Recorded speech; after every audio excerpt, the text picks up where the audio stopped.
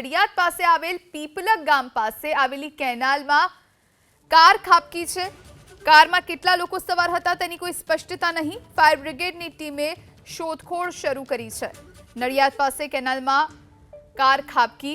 આ કાર કોની હતી, અંદર કેટલા લોકો સવાર હતા, કેવી રીતે કેનાલમાં કાર ખાબકી તેને લઈને કોઈ જ જાણકારી પ્રાપ્ત નથી થઈ રહી, પરંતુ નડિયાદ ફાયર બ્રિગેડની ટીમને તુરંત બોલાવી લેવામાં આવી અને ફાયર બ્રિગેડના જવાનો પહોંચ્યા છે। કેનાલમાં કારની શોધખોળના પ્રયત્ન શરૂ કર્યા।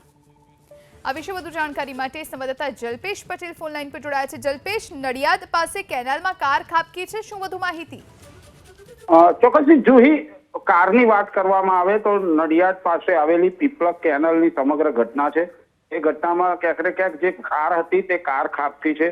કારમાં કેટલા લોકો સવાર હતા તે તો હજુ ખબર નથી પડી, કારણ કે કાર પૂરેપૂરી પાણીમાં ગરકાવ થઈ છે। બીજી તરફ વાત કરવામાં આવે સમગ્ર બાબતની જાણ થતા નડિયાદ ફાયરની ટીમ ઘટના સ્થળ પર પહોંચી છે અને શોધખોળ હાથ ધરી છે।